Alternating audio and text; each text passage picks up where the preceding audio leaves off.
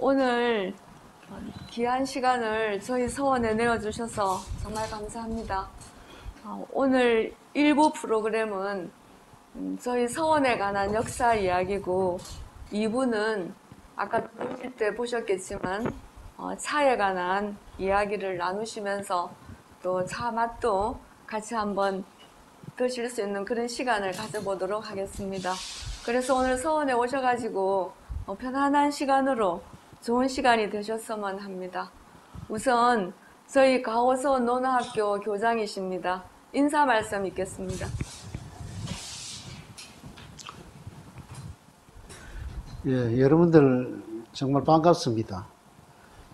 그리고 평생 국가를 위해서 그 봉사하신 분들이었고, 그 다음에 퇴직하셔가지고 우리 이만석 면회 선택을 하셔가지고 체험을 하는 것에 대해서 정말 감사하게 생각하고, 그리고 우리 가호서원에 오신 거 정말 환영합니다. 우리 가호서원은 여기 책자에 보면 나와는 있는데, 임진왜란 때 그 한경도 이북에서 그 북한 대첩을 큰 승리를 일으키신 지한테 14대 할아버지 충의공 농보 정문부 선생님을 모신 서원입니다. 그래서 여러분들 이렇게 오신 거 정말 환영하고, 그리고 또 앞으로도 뭐 기회가 있으시면 우리 그 서원에 오시면 제가 적극 또 환영할 수 있도록 그래 하겠습니다. 여하튼 감사합니다. 예, 고맙습니다. 저희 서원 말고 또 서원에 한번 가보신 적이 계신지요? 저희 서원 말고요. 다른 또 서원. 네.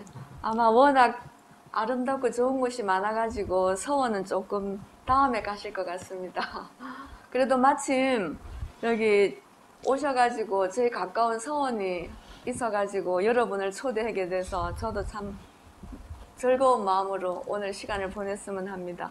그래서 먼저 우리 서원에 관한 이야기를 듣고 또 너무 이렇게 역사 이야기만 계속 들으면 또 약간 지루한 면도 있기 때문에 제가 간간히 사이사이에 저희 가요도 준비했습니다. 그래서 오늘 먼저 서원에 관한 역사 이야기부터 한번 들어보겠습니다. 다시 모시겠습니다. 예, 우리 그 가호서원은 여기에도 있지만은 아름다울 가자에 호수 호자를 쓰는 서원입니다.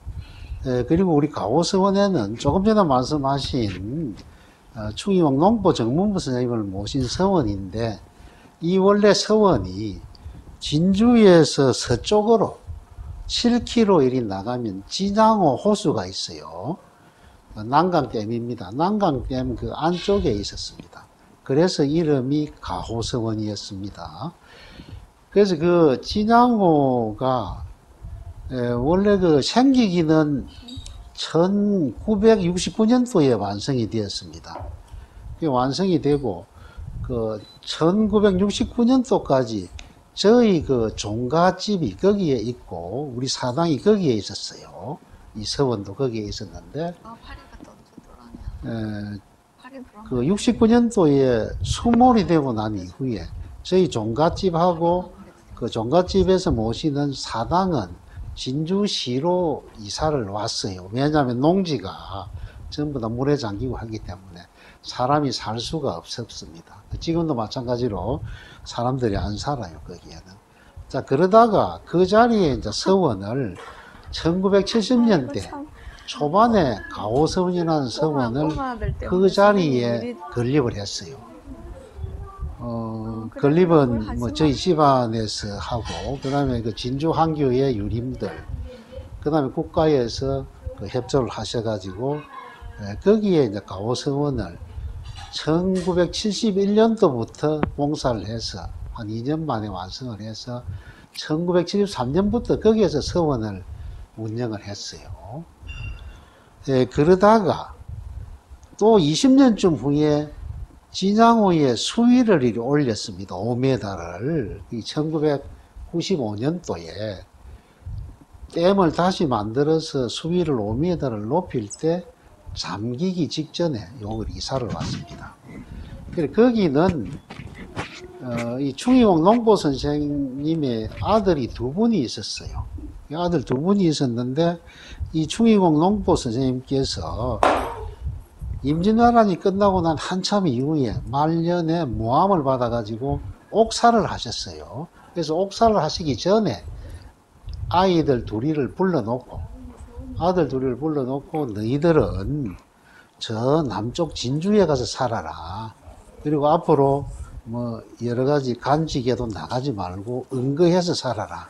이렇게 유언을 하셨어요. 그러니까 이제 아들 둘이가 3년상을 바로 마치고 상복을 입은 상태로 진주로 내려오셨다고 합니다. 그래가지고 지금 그 진주 비봉산 부근에 이리 사시다가 거기에서 쭉 사시다가 한 3, 40년쯤 후에 큰아들 자손들은 그 진양호 안으로 들어가고요. 그 당시엔 진양호가 아니죠. 기곡으로 들어가고 작은아들 자손들은 여기에 왔습니다. 그래서 여기가 작은아들 자손들이 쭉 살아왔던 지역이에요. 그러다가 이제 1995년도 그 댐이 올라가고 하니까 저희들 어디 갈 데가 없었습니다. 그래서 이쪽으로 와가지고 서원을 이건을 했어요. 그 이건을 하면서 그 진주로 나가 있던 종갓집하고 또 종가 사당도 여기에다가 같이 합병을 해가지고 지금 현재 이렇게 되어 있습니다. 그런데 이거는 할아버지. 서원을 대한민국의 서원이 어떤 사람 이야기는 한 1000개쯤 있다고 그러고 1000개 정도요 서원이. 그 다음에 지금 현재 공식적으로 이야기는 한 700개 정도쯤 있다고 그래요. 그리고 3년 전에 그 서원 9개가 세계문화유산에 등재가 되었습니다. 그 9개 서원이. 그 등재가 된 서원은 여러분들이 그 역사적으로 그 시호를 받은 분들인데 대부분 이제 문자 시호를 받으신 분들 그런 분들 서원이 9개가 그렇게 되었어요. 그 중에서 경북에 제일 많이 있고 도산서원, 세갱가가 경북에 있어요. 도산서원, 빙산서원, 옥산서원이라는 서원이 경북에 있고 그 다음에 경남에는 하나밖에 없어요. 남계서원이라고 있어요. 그 다음에 각 도마다 거의 한 개씩 정도쯤 있는데 사실은 서원이 한 700여 개 이상으로 있습니다. 그러나 우리 가오서원은 뭐 생긴 지는 그렇게 역사적으로 오래되지 않는데 제가 일단 서원을 많이 가봤어요. 한 100개 이상을 가봤는데 그 우리 서원처럼 이렇게 평지에 이런 어떤 형태로 잘 되어가 있는 데가 거의 없습니다. 물론 역사적으로 아까 9개 서원이 등재가 되어가 있는 그런 서원이 역사적으로 유명한 서원들이 대부분인데 사실은 그런 데 가봐도 산 계곡이라든지 좀 그런 데 이제 있어요.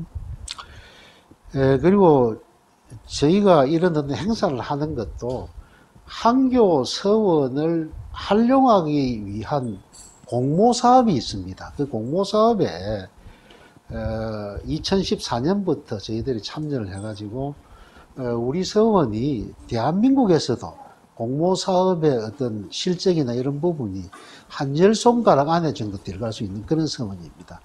그래서 우리 그 서원을 보면 올해도 이런 어떤 프로그램을 하고 있고 그리고 지금 현재는 뭐 코로나고 하기 때문에 많은 분은 초빙을 못 합니다. 그래서 작년하고 올해는 아주 최소 인원들만 그렇게 초빙을 해서 이런 행사를 하는데 여하튼 여러분들 정말 오늘 이리 오신 거 환영하면서 음악 한 곡 듣고 할 수 있도록 하겠습니다. 예. 음악 듣는 시간은 좀 편안한 마음으로 힐링하는 의미에서 그냥 또 아는 노래면 같이 또 부르시기도 하고 또 약수 하나만 지금 간식이 조금 준비되어 있습니다. 좀 맛있는 것도 좀 드시고 그랬으면 좋겠습니다. 지금 여기 오신 지 얼마나 되셨어요? 이 마을에 오신 지가? 한 달. 그러면 한 번 오시면 얼마나 계시는지요? 아, 그러시구나. 제가 잘못 들었습니다. 그럼 저는 한 달 체험이라고 알고 있었는데, 오시면 그럼 2달 계시는 겁니까? 그러면 이제 거의 지금 끝 마무리에 들어가신 거예요? 아, 그러시군요. 그러면 오셔가지고 아마 이 주위에 정말 아름다운 곳이 많을 건데, 그래도 내가 여기 와가지고 그곳은 참 정말 기억에 남더라 하는 장소 대표적인데 한번 듣고 싶습니다. 어디가 그렇게 아름다우셨는지. 그럼 주로 좀 다른 저 위쪽 지방에서 다들 오신 거예요? 경상남도가 아니고? 제 앞에 분은 부산이시고요. 나머지 분들은 다 이쪽. 그렇습니까? 그러면 저는 간혹 시간이 나면 통영을 가는데 통영에 가보셨어요? 오신 김에? 어디가 마음에 드셨습니까? 제일 가보고 싶은 섬? 다녀오신 섬 중에? 욕지도가. 네, 욕지도. 또 연화도 가보셨어요? 연화도. 네. 연화? 소매물도. 그렇습니까? 거기 정말 아름답습니다.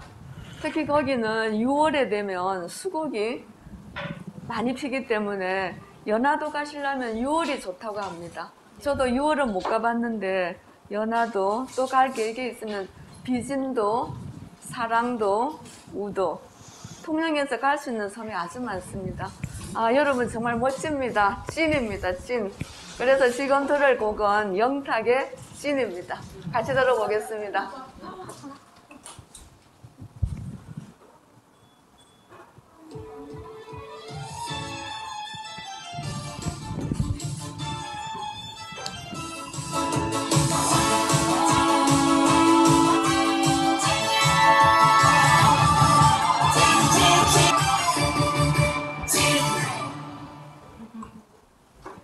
정말 여러분 부럽습니다.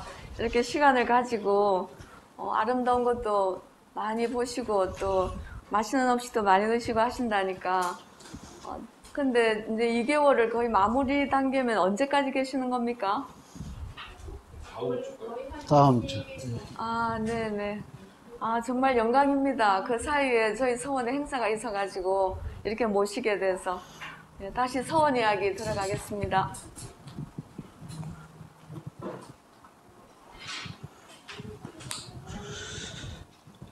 예, 아까 그 말씀드린 여기 모시는 그 충의공 농포 정문부 선생은 1565년에 태어나셨습니다. 서울에서 태어나셔서 서울, 그때까지만 다 서울서 사셨어요. 이때가 다 서울인데, 우리가 임진왜란이 1592년에 일어났어요. 그러니까 1565년생이니까 나이가 얼마 안 됐습니다. 20대 중반. 그러니까 저희 할아버지께서 24살 때 문과급제를 하셨어요. 문과급제를 하시고, 그리고 뭐 지금으로 이야기하면 서울시청에도 계셨고, 그러다가 임진왜란 일어나게 1년 전에 27살 때 한경도에 북평사로 근무를 하셨어요. 북평사하면 지금 간직하고 비교하면 쌤한테 가보자. 그러니까 교육청 업무하고 그다음에 모병관 업무 그런 거를 담당한 간직인 것 같은 생각이 들어요. 북평사. 그거를 거기에 북평사로 근무를 하시면서 1592년 임진왜란을 만났던 겁니다. 그래가지고 사실 그 임진왜란이 일어나가지고 부산성을 함락하고 그 동래성이 또 무너지고 사실은 그 임진왜란이 한 20일 만에 서울이 함락이 되었어요. 서울이 함락이 되고 그리고 한경도까지는 거의 뭐 한 달 정도 만에 한경도도 다 함락이 되었던 그런 상황입니다. 그리고 여러분들 뭐 다 아시겠지만은 임진왜란이 사실은 그 우리나라가 진 전쟁이 아닙니다. 임진왜란이 우리나라가 이긴 전쟁입니다. 그런데 그 이긴 어떤 그 여러 가지 요인들이 있지만은 그 중에서도 그 몇 가지를 들어보라 하면 전국 각지에서 일어난 의병들의 영향도 엄청나게 컸다는 이야기죠. 물론 그 이순신 장군께서 남쪽에 바다를 막았고 그 바다를 막다 보니까 일본 군들이 사실 계획대로 안 되었어요.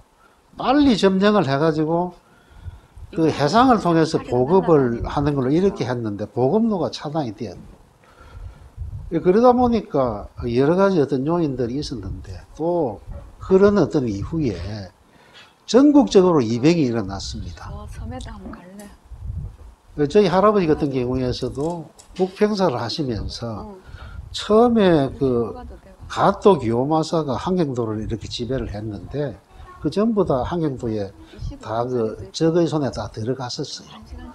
그런 상황에서 처음에는 그 한극함이라는 그 대장 밑에서 그 막고 하다가 한극함 그 대장이 약간 부상도 있고 피신을 하고 이랬었어요. 그래서 저희 할아버지 같은 경우에도 피신을 하고 그래가 있었는데 그 이후에 이병을 일으키기 시작을 했습니다. 그러니까 이병이 스스로 모였는데 의병대장을 저희 할아버지를 초대를 했어요. 거기에 모인 의병들이 여러 가지 이제 이유가 있었겠죠. 아주 젊은 분인데 저희 할아버지 같은 경우에는 20대 중반이라 그러면 지금으로 보면 애들이잖아요. 그러니까 청년이라는 이야기입니다. 그러나 뭐 옛날하고 지금하고 비교할 건 아니지만 그래도 저희 할아버지가 그 나이에 그 입영장으로 초대가 되었어요. 물론 그런 초대되는 과정에서 자기 위에 있던 상관들한테 갈등도 있었던 것 같아요. 그러다가 그때부터 이제 전투를 몇 번을 이렇게 하면서 할 때마다 승리를 했습니다. 전투를 한 것마다 승리를 하고 결국은 그 한경도에 점령대가 있던 그 일본군이 전부 다 후퇴해가 내려갔어요. 그래서 그 후퇴해가 내려갔는데 거기에 여러 번의 전투를 이야기해서 우리는 북간대첩이라 합니다. 북간대첩이 크게 뭐 니개 전투로 이렇게 나눌 수도 있고 또 그 자그마한 전투까지 합쳐서 여러 개가 있는데 그 전투에서 굉장한 전공을 올렸어요. 그래가지고 사실은 그 한경도 지역에서 밑으로 이제 일본군들이 내려가면서 그 이후에 후전을 했잖아요.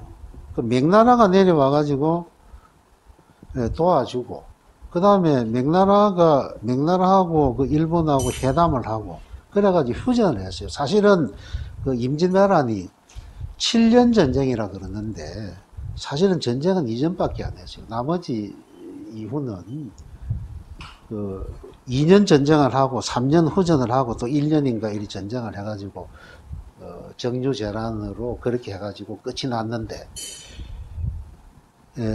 사실은 그 이전에 한경도가 일이 탈환이 되고 그 다음에 선조는 서울에서 평양으로 올라갔다가 또 평양으로 이렇게 또 일본군들이 선조를 몰아붙이고 하니까 이 선조가 의주까지 갔다는 이야기죠. 시주 가가지고 의주에서 명나라로 그 망명을 하려고 이런 계획까지 했지 않습니까? 그런 과정에서 사실은 그 일본군들이 자기들이 생각하던 그런 어떤 전투의 어떤 작전이 빗나가기 시작을 했어요. 근데 일본 놈들은 사실 그렇잖아요. 그 뭐 여러 전투를 해가지고 보면 깨끗하게 할복을 한다든지 이렇게 되잖아요. 지면요. 아니면 딱 그 성을 뺏기면 그 성주가 딱 그 침범한 사람한테 항복을 하고 딱 그리 하잖아요. 근데 그 사람들도 그렇게 본 거예요. 우리나라 선조만 딱 잡으면 다 그렇게 할 줄 알았어요. 그런데 부산에서 침범을 해가지고 막 이렇게 올라왔는데 20일 만에 서울을 함락했는데 그때 가보니까 선조가 평양으로 피신을 해버린 거예요. 그러니까 자기들이 생각했던 게 그 작전이 적중을 못한 그런 상황이 되니까 자기들이 무황장한 그런 상황이 되었습니다. 그런 와중에서 이순신 장군이 하여튼 보급로를 끊었고, 그 다음에 전국 각지에서 이병이 일어났고, 그리했어요. 그리고 또 추위가 9월 이후 되면 한경도에 얼마나 춥습니까? 9월 이후. 그래가지고 자기들 뜻대로 이루지 못하고 또 명나라에서 내려왔고, 그래가지고 여하튼 후전이 되면서 다 남쪽으로 퇴진을 해가지고 있었는데, 그래가 3년 세월이라고 그렇게 있었는데, 97년도에 다시 정유재란이 일어났던 거예요. 그거는 이제 그 당시에 그 후전을 한 여러 가지 어떤, 조약 중에서 일본 놈들이 굉장한 또 어떤 요구를 한 거예요. 그러다 보니 그 조약이 깨져서 다시 전쟁이 되었는데, 98년도에는 그 도요토미 히데요시가 죽었잖아요. 죽다 보니까 또 전쟁의 어떤 그런 명분도 잃었고, 그 다음에 또 해봤자 안 되고 하니까 물러난 거예요. 그런 어떤 상황인데, 여하튼 그 시기에 그 북한 대첩이라는 어떤 그런 부분에, 북한 대첩을 기념하기 위해서 그 북한 대첩비를 만들었어요. 조금 이따 음악 한 개 듣고 북한 대첩비에 대해서 제가 말씀을 드리겠습니다. 예.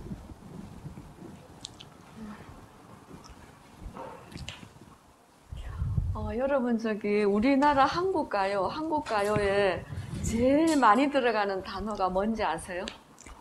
한국가요 가사 중에 제일 많이 들어가는 단어 두 글자입니다. 네네, 사랑. 네, 사랑. 우리 한국가요에 제일 많이 뭐 외국가요도 여러분 팝을 듣다 보면 러브라는 노래가 가사가 많이 나오는데, 한국가요에서는 가사 중에 가장 사랑이라는 단어가 1번으로 나온다고 합니다.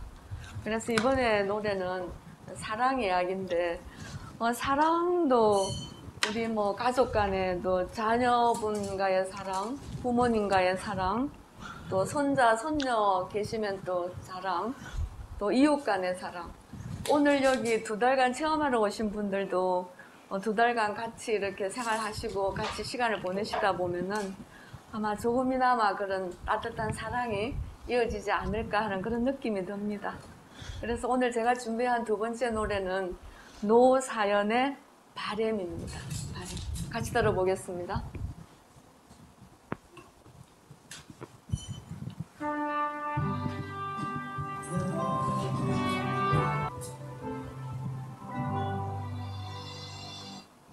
가사가 쉽니다. 제 생각에는 인생은 늙어가는 것이 아니고 익어간다고 이야기하는 게 너무 마음에 와닿습니다. 평소에 사랑한다는 말 많이 쓰시는지요? 가족 간에?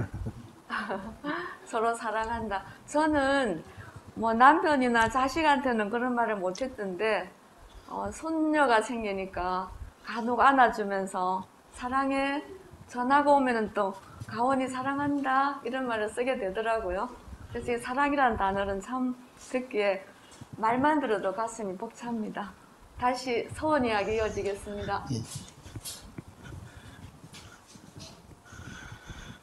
예, 그 추기공 농보 정문부 선생이 그 20대 후반에 그 임진왜란을 만나서 큰 공을 세우고, 그 다음에 임진왜란이 끝나고 난 이후에도 한참 여러 군데에서 그 간직에 있었어요.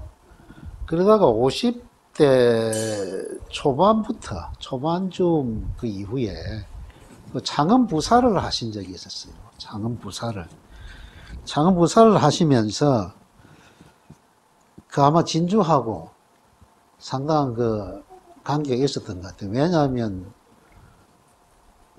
자기는 그 한경도에서 그 임진왜란에 그 이병을 일으켜서 전투를 했고, 그 다음에 진주성 전투가 2차례에 걸쳐서 엄청난 큰 전투가 벌어졌어요. 처음에 1차 전투는 우리가 승리했고, 그 다음에 2차 전투에서는 일본 도요토미 히데요시가 무조건 다 죽이라 그랬어요. 여러 수십만을 거기에 배치를 해가지고, 여러분들도 진주성에 아마 가보셨을 거예요. 진주성에 보면 김시민 장군 동산도 있고 한데, 거기에 우리가 이야기하는 건 그 2차 전투에서 7만 간군민이 죽었다 그래요. 7만의 간군민이 죽었다고 그 큰 행사를 저희들도 지금 현재 하고 있는데, 그러다 보니까 우리 그 충의공 농보 정문수 선생님께서 촉성로를 자주 가셨어. 서울서 이제 내려오시다가 들리고 또 창원에서 올라가시다 들리고 아마 이리 했던 것 같아. 제가 참가를 해보면. 그 지금도 그 촉성로에 가면 저희 할아버지가 지은 시가 남쪽 제일 동쪽 끝에 딱 있어요.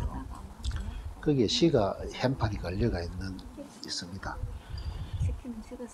그랬는데 저희 할아버지께서 50대 중반 이후에 자기가 지은 시를 이분이 이제 문과급제를 하시고 글도 많이 남아 있어요.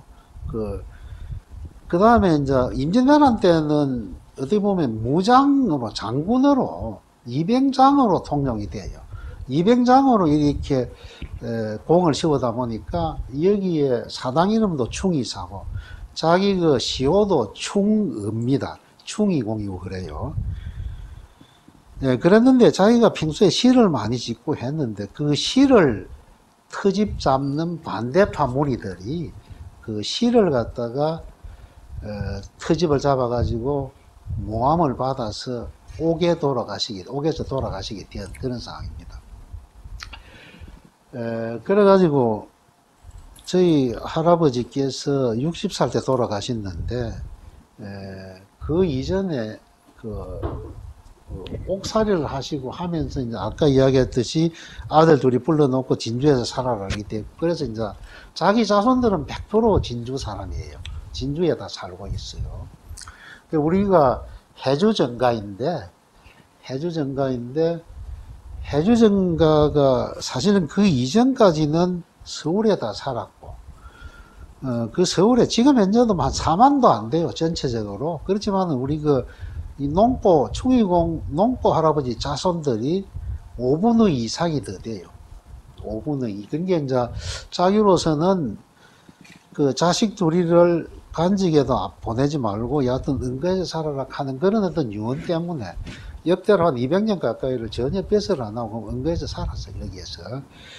그래서 우리 그 해주정가 종언 수중에서는 그래도 똑같은 그 충의공 농고 할아버지 세대에 28개 파로 나누어져요. 28개 파로 이렇게 나누어지는데 그 중에서 28분의 1밖에 안 돼야 되는데 인구가 전체의 5분의 2 정도 된다니까 엄청나게 우리 자손들은 많았다는 이야기죠. 그래서 어떻게 보면 저희 할아버지가 어떤 장기적으로 봐서 일단 자손이 많고 하는 그런 부분이 이제 자기가 유언을 해서 아들 둘이가 진주에서 쭉 살다 보니까 그렇게 된 것 같은 생각이 들어요. 그렇게 했고.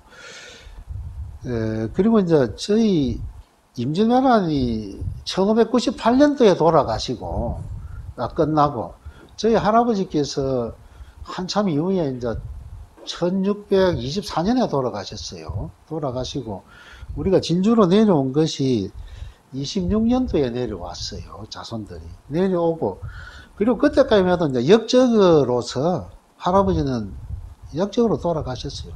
그러다가, 그 이후에, 부평사로 오신 분들이 그 전에 내려온 그런 이야기들을 다 듣고, 그 중에서 이제 최창대라 하는 북평사가 있었어요. 그분이 참 조사를 해보니까 이 북한대첩은 엄청나게 큰 우리의 승리였다. 그리고 또 거기에 길주 부근에 있는 주민들도 전해 내려온 그런 이야기들이 정말 충의공 농보 선생님이 정말 영웅이었다 하는 게 이제 여론도 형성이 되고 이랬던 것 같아요. 그래서 북한대첩비를 그때 만들었습니다. 우리가 1598년에 전장이 끝나고 저희 할아버지가 1624년에 돌아가시고 그 다음에 저 북한대첩비가 만드는 것이 임진왜란이 끝나고 는데 110년 후에 만들어졌어요. 1708년에 만들어졌어. 1708년에 만들어져 가지고 길주에 그 인명이라고 있어요. 인명리라는 거기에 세어져가 있었어요. 그 세어진 것은 최창대 북평사가 한참 이후에 북평사가 주도를 해서 그 공적을 조사를 하고, 그래가지고 다시 그 선조실록은 다시 써졌어요. 그 당시에 선조실록에는 처음에 그리 들어가 있었는데 그 이후에 그 공적일이 알려지고 이제 지금 말하면 소위 복권이 된 거죠. 그래서 45년 후에 복권이 되었어요. 복권이 되고 또 부조지전이 내려진 것도 뭐 한참 이후에 내려졌고 그랬습니다. 그래서 이제 저 북한대첩비가 거기에 이렇게 만들어지가 쉬워졌는데 1708년도에 그런데 그게 그대로 이렇게 서가 있는 상태에서 한 200년 정도쯤 흘렀어요. 1904년도네. 200년까지는 안 되고. 1904년도에 그때 러일 전쟁이 일어났습니다. 우리 그 러일 전쟁이 일어났는데 그 일본 군들이 또 우리나라의 땅을 밟고 지나가면서 저 북한 대첩을 발견을 했어요. 그 장군이 저걸 보니까 그래도 일본에서는 후손들이 전쟁의 신이라고 이야기하는 사람이 누구냐면 여러 사람이 있는데 그 중에서도 임진왜란 때는 가토 기요마사를 굉장한 신으로 쳐요. 그 가토 기요마사, 자기들이 전쟁의 신으로 생각하는 그 가토 기요마사가 충이공 농포 정선생한테 엄청난 타격을 입고 도망을 가다시피 했다는 내용들이 거기 나와 있거든요. 그러니까 그 장수가 그거 비를 뽑아가지고 일본으로 가져간 거예요. 이 비를 여기에 씌워놨을 때는 정말 이게 그 당시만 해도 그렇잖아요. 일본의 그 야욕이라는 것은 그 일본에서 우리나라, 중국, 러시아를 다 자기들이 잡아먹고 그 자기 수도를 갖다 북경에 옮기려고 생각을 했어요. 중국에 지금 현재 북경, 거기를 옮기려고 생각을 했는데 사실은 그런 비가 이제 굉장한 문제가 되는 거죠. 자기들 생각할 때는. 그래서 그 비를 천황한테 보고를 하고 가지고 갔어요. 가지고 가가지고 그것을 몇 년간 항공에 그렇게 보관을 했는데 그 동계에 가면 야스쿠니 신사가 있습니다. 전국신사. 거기에는 일본 전범들, 자기들이 볼 때는 영웅들이죠. 그런 사람들의 어떤 위패나 이런 걸 모시는 사당인데 저희 할아버지 이 비를 갖다 거기에다가 이렇게 씌워놓고 저도 그 당시에 봤어요. 그 당시에 씌워놓고 100년을 그 큰 돌로 눌러가지고 모욕을 주고 기를 죽이고 그렇게 했어요. 자, 그렇게 했다가 이 비가 이제 사실은 1945년에 해방이 되잖아요. 그 일제시대 때는 저희들이 그 있는 줄은 알았어, 거기에 이제 씌워놓고 조소왕 선생이 그 내용을 발견한 거예요. 그 조소왕 선생이 가서 보니까 북한 대첩비가 야스쿠니 진자에 서가 있다. 그 내용을 보니까 그래 그걸 갖다 한국 흥학회라는 그 여하튼 학회지에다 발표를 했어요.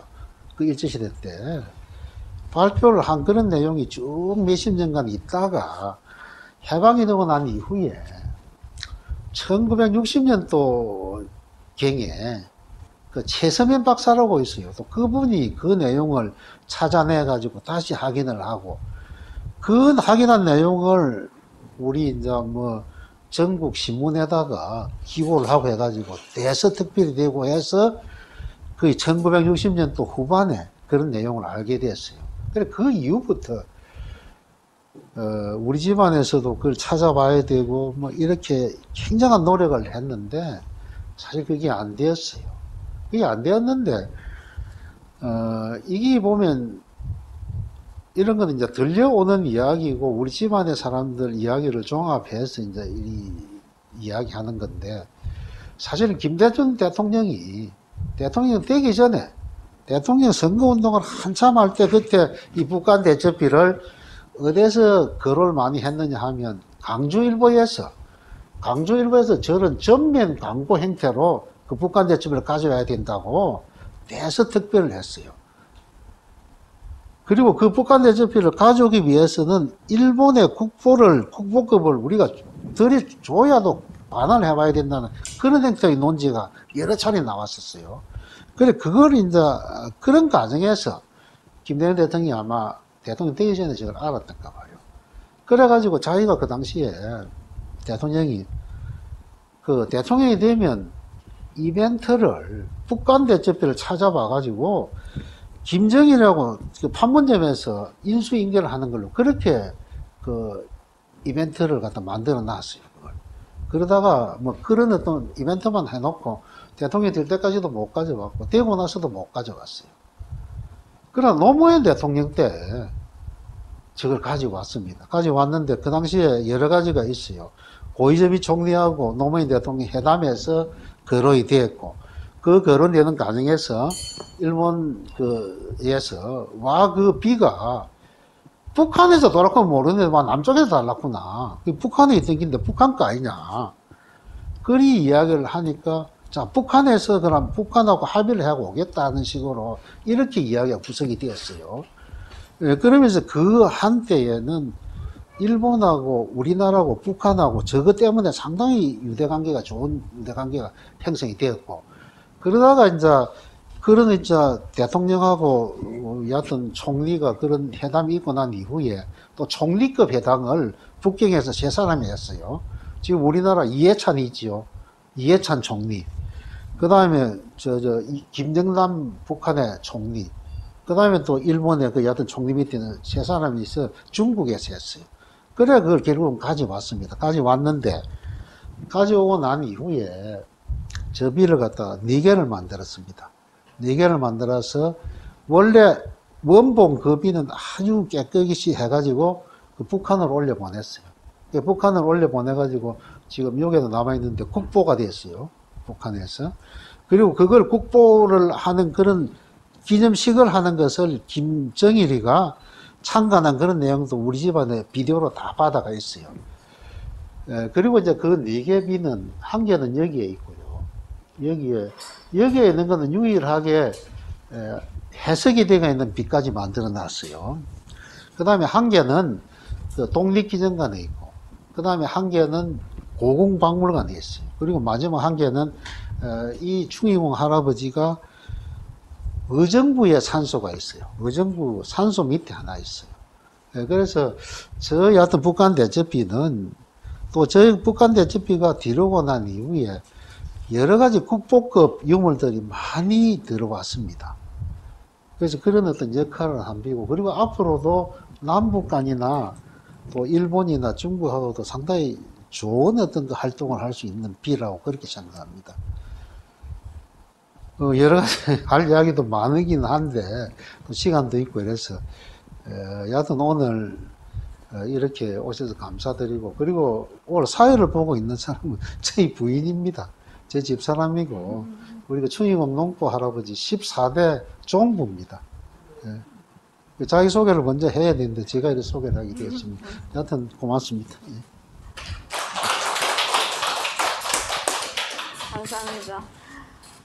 여러분 행복은 미래가 없다고 합니다. 어떤 수필가가 행복은 미래가 없다고 합니다. 여러분 아마 다 뜻을 아시겠지만 행복은 기다리고 있는 게 아니고 지금 내가 즐기고 있는 그 순간이 행복하다 하면은 그게 정말 합니다. 행복은. 그래서 저는 오늘 여러분이 즐기는 시간 이것만큼이라도 행복을 조금이라도 느끼고 가셨으면 하는 바람입니다. 그래서 오늘 여러분 아까 제가 여쭤보니까 이제 거의 여행의 마무리 단계에 들어가셨다고 하는데 이까지 오신 김에 저희 이렇게 주위에 멋진 곳 많이 둘러보시고 또 멋진 여행을 즐기시면서 그 순간순간의 행복을 만끽하고 가셨으면 하는 바람에서 조용필의 여행을 떠나요. 같이 들어보겠습니다.